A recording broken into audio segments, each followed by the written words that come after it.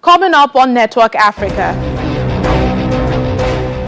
the UK announces a further £16.7 million in aid for Tigray as Ethiopia's ambassador to the UN says Eritrean troops will leave the country soon. Sudan's Prime Minister Abdallah Hamdok warns the country risks descending into chaos and civil war. Plus, we celebrate today the Day of the African Child with this year's theme, Accelerating Implementation of Agenda 2040 for an Africa Fit for Children.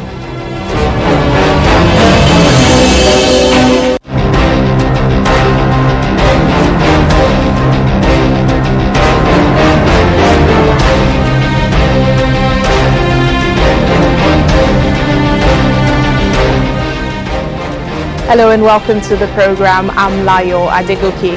Ethiopia's ambassador to the UN says Eritrean troops who have been fighting in Ethiopia's northern region of Tigray will leave the country soon. Taye Selassie said it was a matter of sorting out some technical and procedural issues regarding when they could leave, as the commitment from the Ethiopian government and the Eritreans are very clear as well. He was speaking after a UN Security Council meeting in which outgoing UN humanitarian chief Mark Lowcock said no one should be surprised to see a rerun of the 1984 devastating famine if violence does not stop and the Eritrean troops do not withdraw. Last week, the UN aid chief said there was famine in northern Ethiopia after the release of a UN-backed analysis of the situation. However, the Ethiopian government has denied that there is a famine in the country. Tigray has been devastated by a humanitarian crisis since fighting began in November 2020 between government forces and rebels. In the meantime, the UK has announced a further £16.7 million in aid for Ethiopia. British Ambassador Barbara Woodward made this known, calling on the UN Security Council's members to urge for the immediate ceasefire and access to humanitarian aid. The further £16.7 million in aid from the UK brings to a total of £47.7 million since the conflict began 8 months ago. I should say that the UK is confident in the reliability of the data that has been presented by the UN. It's clear that food, agricultural tools and livestock are being destroyed. And as a result, 350,000 people in Tigray are facing hunger on a scale not seen since the famine in Somalia. And many more, millions more, face food insecurity exacerbated by disrupted planting. The UK today has announced a further £16.7 million in aid for Ethiopia, which brings to a total of £47.7 million since the conflict began 8 months ago. We called today for Council members to come together and to urge with one voice for an immediate ceasefire and access for humanitarian aid. As I said earlier today, without a ceasefire, this could become a man-made famine. It's not a drought or locusts that are causing this hunger, but the decisions of those in power. That means those in power could also end the suffering. VOA's journalist Heather Murdoch joins us now for more on this. Heather is in Addis Ababa. Hello, Heather. Thank you for speaking to us. This conflict has been on since November 2020. What is the situation now on ground as we speak? We got here in Addis from Tigray yesterday, and I can say that the conflict is still going on, as evidenced by the amount of war wounded showing up at hospitals, both civilians and soldiers. But the conflict is different than it was at the beginning, where a lot of the violence was in the cities. Now we're seeing more conflict in the countryside, which is pushing people to be displaced into the cities. For this reason, a lot of the region is cut off, and our information about what's happening on the ground in the worst places is coming, but it's coming late. Wounded people, including small children, are taking days, weeks, sometimes even months to get to hospitals to tell us what happened. For example, we met children, including a 4-year-old who was knifed and shot, and her father told us what happened. But it had been about 3 weeks before that the event had happened. Then we met her in the hospital. Well, you know, the United Nations has said that there's famine in northern Ethiopia and around 350,000 people are suffering and facing hunger. What has been the plight of these people, especially because we know aid has been, they've not been able to access aid? Yes, the aid has been sporadic in all places and completely inaccessible to many people. And the aid that we saw was not enough for the people, and these are the people that they do have access to. For example, one camp we went to, we found people said that food came once a day and not even every day. And so around 2 or 3 in the afternoon, all the people that we were speaking to hadn't eaten anything that day. But this is in an area that does have access to food aid. So people starving and suffering other humanitarian crises are happening all over the region without anyone really seeing on the ground what is happening. Even if there was enough aid to go around for all the people they do have access, it wouldn't help the people, the 350,000 people, as she mentioned, that are in grave danger of famine. All right, just finally, Ethiopia's ambassador to the UN has says Eritrean troops, you know, who have been fighting will leave the country soon. But we know Ethiopia had always, you know, denied that Eritrean boots were on ground. So what is the real situation here? Well, yeah, it's true that some officials have denied Eritrean troops on the ground. But more recently, the Prime Minister of Ethiopia, Abiy Ahmed, had said that the Eritrean troops are leaving, as well as the ambassador to the UN, as you mentioned. What we've seen on the ground is hundreds of Eritrean soldiers moving in trucks, moving on foot, in their bases around town, and they did not appear to be a force that was moving out of the country. When we saw them on the move, they appeared to be moving to another location for work, not to be packing up and leaving. As I said, we left Tigray yesterday, so our information is at this point 1 day old. All right then, thank you so much, Heather Murdock, VOA's journalist, and do stay safe. Thank you. Sudan's Prime Minister Abdallah Hamdok has warned that there is a risk of the country descending into chaos and civil war and blamed loyalists of the former administration. He said the reforms he had been implementing were meant to improve the economy. The latest removal of subsidies on fuel has sparked protests in the country. He's saying the deterioration of the security situation is mainly linked to fragmentation between components of the revolution, which left a vacuum exploited by its enemies and elements of the former regime. Sudan has been praised for economic reforms since the ousting of former President Omar al-Bashir in 2019. However, there have been food shortages linked to prolonged conflict and natural disasters like drought and famine.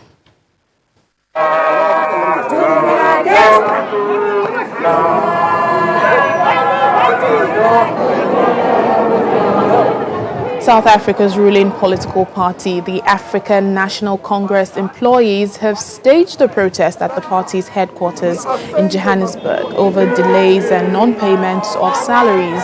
The employees, who demonstrated in several cities across the country, are demanding that their outstanding wages be paid in 7 days and other payments from their Providence Fund to be paid before the 30th of this month.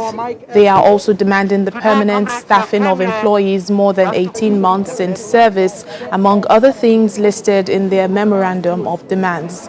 ANC Deputy Secretary General Jesse Duarte, who received the memorandum, told the aggrieved workers that the organization has promised to look into their demands. We are here, one, to highlight our plight. Our plight, which is that over a long period of time, we have been faced with issues of inconsistencies in our salaries. At times our salaries are paid on time, at times they are not paid at all, at times they are delayed. And that experience has been a very unfortunate experience for us as members of staff, and that has led to us coming here. But it's not the only issue. The second issue is that we have since 2018, our Provident Fund has not been paid, meaning it has been on arrears. Arrears meaning we do pay as members of staff through the deductions on our salaries, but the employer, the ANC, has not been making its own contribution, and which has led to our Provident Fund being on arrears. The current cash flow challenges faced by the movement is as a result of a variety of factors which, as you say, is really not your concern, but we need to put it to you, including the general economic situation, the implementation of the Political Party Funding Act since April this year, as well as an urgent need to modernize the ANC's operational and funding models. The difficult situation faced by the staff and the ANC as a movement will require sober and decisive action. We are committed to conclude the process of addressing the situation head-on within the shortest space of time. We're looking into all these matters, and the national officials on their meeting on Monday resolved to meet with you as the staff within the next coming days or the next week. We have a plan in place to manage the outstanding payments due to the Provident Fund. We also have a plan in place to deal with all other third-party contributions. Your medical aid is up to date.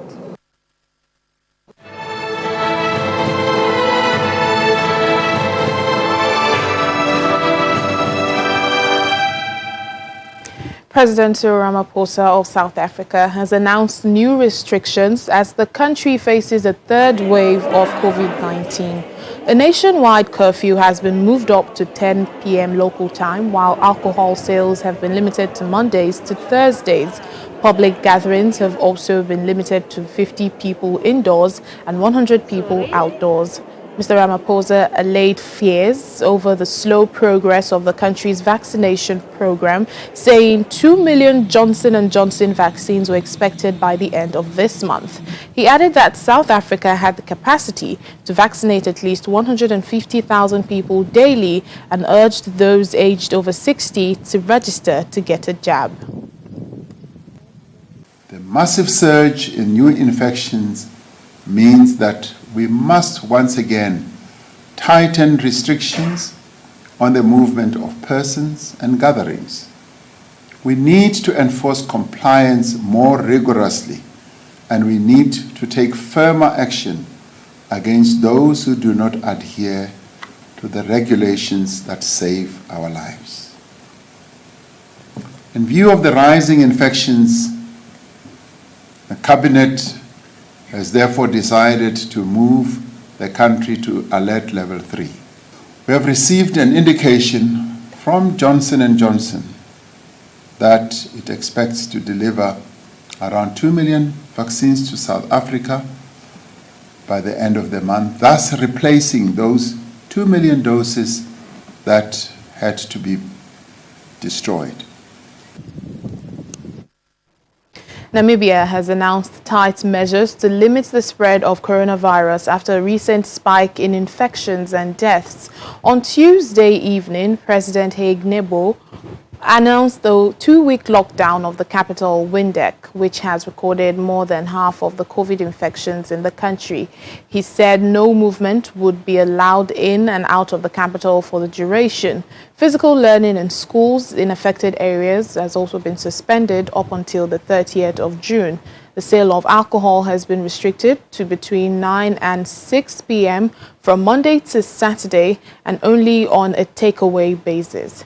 In a televised address to the nation, the president said the COVID situation had taken a turn for the worst in the past 4 weeks, with record daily infections and deaths.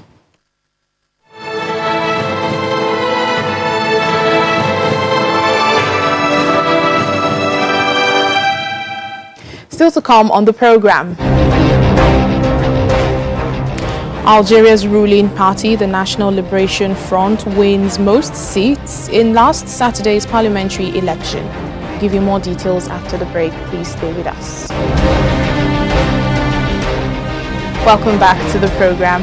Every 16th June is a day set aside in the international calendar to celebrate the African child.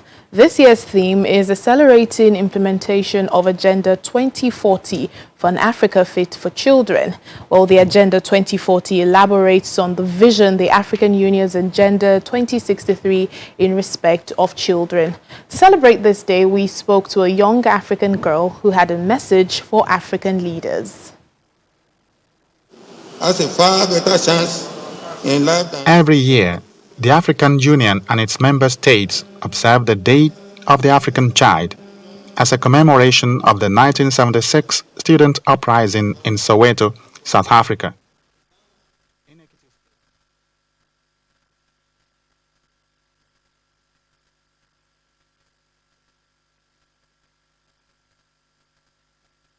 Travel, like go to Paris, because Paris like is the most country that I know that it's got interest in art. Like I can find a lot of things in Paris that I can draw, and there are a lot of singers there overseas. So like my wish when I grow up and finish school is that I can go overseas and pursue my dreams. 12-year-old Wandile Mpamaga is in grade 7, and like many other African children, she has dreams and aspirations which she hopes will come to fruition against any odds. Wandile likes to draw, and she's been doing so since she was much smaller. She's become a little celebrity to her peers.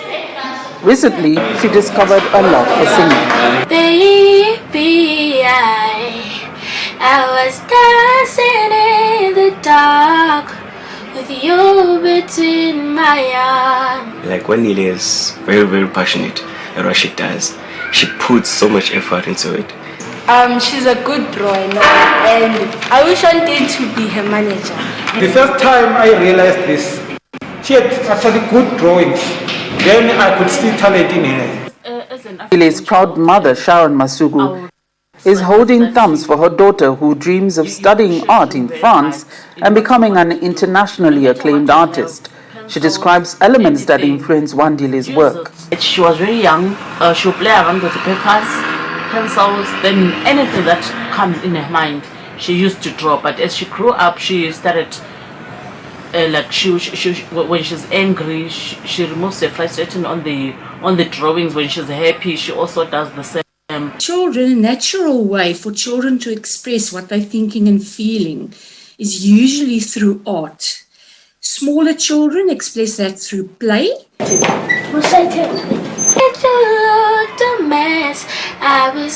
It's quite a challenge being an African child in Africa today, given all the socio-political and economic developments on the continent. Wandile's dreams are among the millions of many African children who face many hurdles children shouldn't face daily. To remove these hurdles between them and their dreams, Wandile makes a passionate plea to African leaders. If I were to meet one African leader, I would ask them to grant us free education, because I believe that education is the key to everything. Especially with my art, I feel like if I don't get education, there's nothing that I can do in life. The Day of the African Child was initiated by the Organization of African Unity, OAU, now the African Union, and it honors those who participated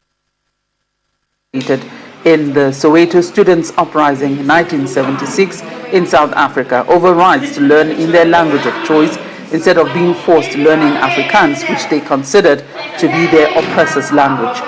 From Johannesburg, South Africa, Betty Dibia, Channels Television News. Algeria's ruling party, the National Liberation Front, has won most seats in last Saturday's parliamentary election, which saw a low turnout of 23%. The FLN grabbed 105 out of 407 available seats, following an historic win for independent candidates who took 78 seats. The National Democratic Rally, the party that was in rule under former President Abdelaziz Bouteflika, won 57 seats, while the largest Islamic party, the Movement for the Society of Peace, won 64. A total of 34 women, about 8.35% of the members of parliament, were elected. Now, only 5.6 million voters cast their ballots out of the 24.6 million registered, as according to the final results announced by the Electoral Commission. The Senate in the Democratic Republic of Congo has voted against the request to lift a member's immunity to allow a corruption-related investigation. Former Prime Minister Matata Ponyo Mapon is being investigated for his role in an agriculture project that failed. The judiciary had requested that the Senate lift his immunity so that he could be prosecuted for allegedly designing, planning and committing payment to be made for the project. Investigators say $200 million disappeared during the implementation of the project. However, Mr. Mapon has denied any wrongdoing. Well, finally, on the program, let's head to Cairo to meet the woman boxer fighting off stigma by training men in the Upper Egypt. Egyptian athlete Saba Sak challenges social boundaries by training men in boxing in the city of Beni Suef. Take a look. Twice a week in a small gym room in the Egyptian city of Beni Suef, 36-year-old Saba Saka coaches young men and boys to box. A woman coaching men may not be unusual in the capital, but in Beni Suef, which lies 100 kilometers south of Cairo in an agricultural area, tradition often limits women's roles. I started boxing by accident. I didn't like it because I was worried about my face, about being hit. But Captain Milegi, my trainer, saw me fence jumping. He saw me playing strength sports, so he asked me what was my name, how old I was, and if I wanted to train in boxing. At first I said no, but here we are. Yet Saka began to do well, winning several championships and more than 10 medals before starting to coach 2 years ago. Now a working mother with one son, she trains around 20 men between the ages of 18 and 30. This situation wasn't accepted in the first place. As you know, in Upper Egypt, it was hard to train in sports like boxing. Adding that it is a girl doing the training, that made it a bit harder. But after a while, they accepted the situation, finding a girl that trains seriously just like a boy. The exercises are harsh and continuous, so the men liked the seriousness of the training. She says a serious approach helped her gain respect and trust. At the beginning, I didn't like this at all. For a woman to train a man, that isn't a very good thing and not favored in Upper Egypt. But with her experience and her excellence, especially given the fact that we don't have a lot of boxing trainers in the countryside, we started moving with her one step at a time, letting her train us. And thank God, she's very good at training. We are getting better with her training. Her experience and excellence amid a lack of boxing coaches in Beni Suef made him give it a try, and he now enjoys training with her.